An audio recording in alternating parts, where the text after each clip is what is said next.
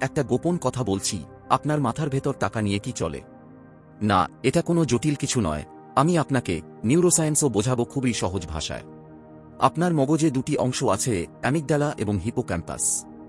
ধরুন আপনি ছোটবেলায় দেখলেন বাড়িতে টাকা নেই বলে চেঁচামেচি ঝামেলা। টাকার জন্য বাবা আর কাকার মধ্যে তুমুল ঝগড়া।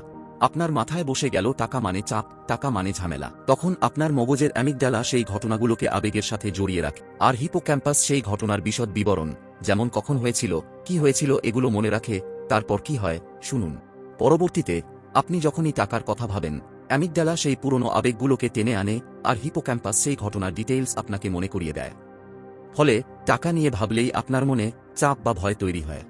আরেকটি জিনিস বোঝা যাক, সেটা হলো প্রিফ্রন্টাল কর্টেক্স।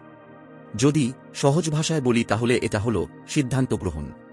আমাদের বাড়ি চারপাশের মানুষ, আত্মীয় পরিজন টাকা সম্পর্কে কিভাবে, টাকা নিয়ে কিভাবে সিদ্ধান্ত নেয়, ধনী মানুষদের সম্পর্কে তারা কিভাবে।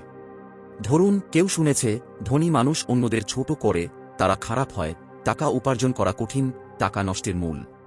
আবার কিছু মানুষ ইতিবাচকও শোনে, যেমন টাকা টাকা আনে, পরিশ্রম করলে টাকার অভাব হয় না ইত্যাদি।